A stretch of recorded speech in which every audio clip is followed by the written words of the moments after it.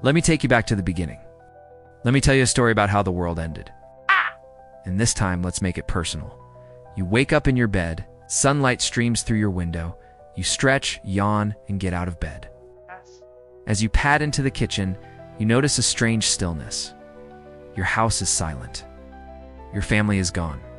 Did they leave in the middle of the night? You look around, confused and a little scared. Where are they? What happened? Outside, the birds aren't singing. The wind isn't rustling the leaves. The world seems frozen. This is the day you discovered that you were alone on Earth. All around you, you find signs of a world that was abruptly abandoned. On the TV, the news plays on a continuous loop, reporting on a deadly virus that is sweeping the globe. They're talking about you, or rather the virus that lives inside of you. You didn't know you had been infected until it was too late. You're one of the unlucky ones who got turned. But there's a twist. Unlike everyone else, you survived. Days turn into weeks. You eat what's left in the fridge, though the food eventually runs out. Desperation leads you to venture outside. The city is a ghost town. Empty swings sway in the breeze in the park. Cars are abandoned on the roads.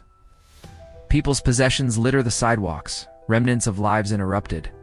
You wander through the deserted streets, calling out, hoping for a response. But all you hear is your own voice echoing back at you. It's a lonely sound. As you explore further, you find others who didn't make it, their bodies lying where they fell, frozen in time.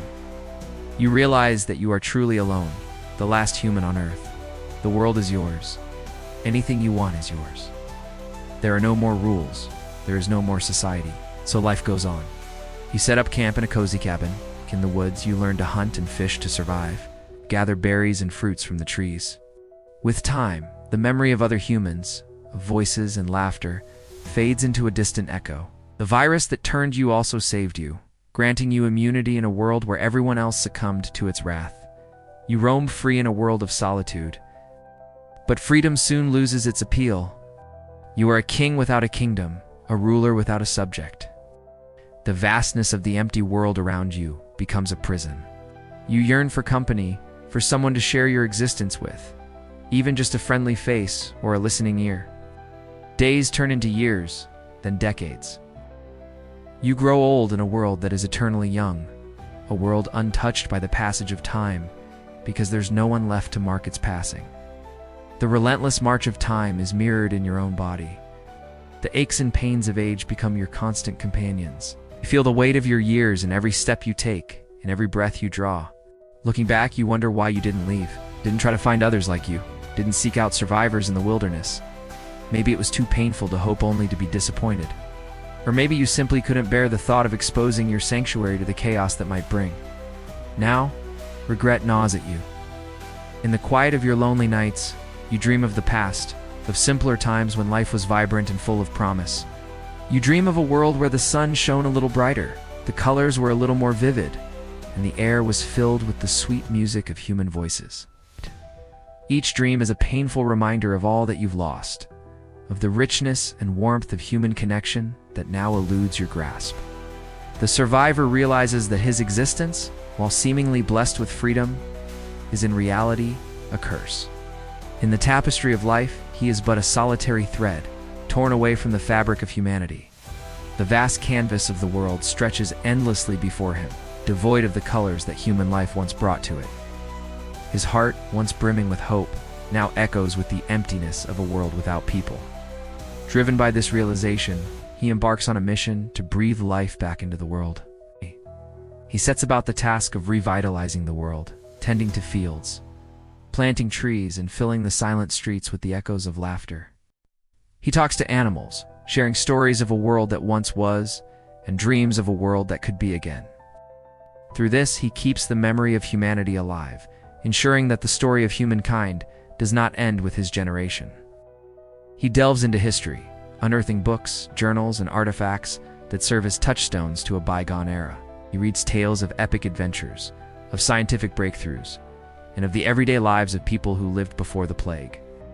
He traces the path of human evolution, marveling at the ingenuity and creativity that have shaped our species. Through these relics of the past, he keeps the flame of human achievement burning brightly, doesn't shy away from the darker chapters of history either. He confronts the mistakes of the past, the wars, the atrocities, and the instances of great suffering. He grapples with the questions that have plagued humanity since its inception, searching for answers in the ruins of great civilizations. He ponders over the nature of good and evil, the meaning of life, and the possibility of redemption. His journey takes him to places of worship, to ancient temples, and to crumbling cathedrals. He sits in silence, contemplating the profound mysteries of existence. In the hushed tones of a deserted place of worship, he communes with the spirits of those who once sought solace within these walls. He ponders the universal human desires for love, hope, and peace. He asks questions into the vast emptiness, seeking guidance or perhaps just an echo of understanding. Despite the silence that surrounds him, he finds solace in the enduring spirit of humanity that permeates these sacred spaces. He sees the beauty in acts of kindness, in moments of shared joy, and in the simple bonds of human connection that transcend time. One day, amidst his explorations, he comes across a dusty old book. Its pages, brittle with age, hold within them the collected works of some of humanity's greatest thinkers. As he delves into the wisdom contained within, he is reminded of the intellectual and philosophical achievements of his species. He immerses himself in the words of philosophers who pondered the complexities of the human condition, of scientists who unlocked the secrets of the universe, and of poets who captured the essence of life in their verses. He reads of epic journeys, of quests for knowledge and enlightenment, and of battles fought against ignorance and despair. He is inspired by the resilience of the human spirit in the face of adversity, and he is humbled by the boundless curiosity that has driven humanity to explore the unknown. He's reminded of the power of ideas to shape the course of history and to illuminate the path towards wisdom. And he is filled with a renewed sense of purpose to keep these ideas alive. Years pass, and his hair turns white as snow, yet his eyes still hold the sparkle of curiosity, and his heart beats with the rhythm of hope. In the twilight of his life, sitting in a quiet corner of a library amidst the towering shelves laden with the accumulated knowledge of generations past, he hears a sound that makes him freeze. It's a knock on the window. Could it be? Hope surges through him. Could he really be hearing the sound of another human? Or is it just his old ears playing tricks on him? Gathering his strength, he shuffles to the window and cautiously peeks outside. There, standing in the fading light, is a figure that his heart refuses to believe. A woman, her face framed by the golden hues of the setting sun, stands hesitantly at the threshold of his world. She looks back at him, her eyes wide with wonder and a hint of fear. In that moment, the silence of years is shattered. The last human on Earth is no longer alone. He steps outside, his eyes shining with unshed tears. He opens his mouth to speak, but no words come out. All he can manage is a shaky, "Hello." The woman smiles, and it's the most beautiful sound he's heard in a lifetime.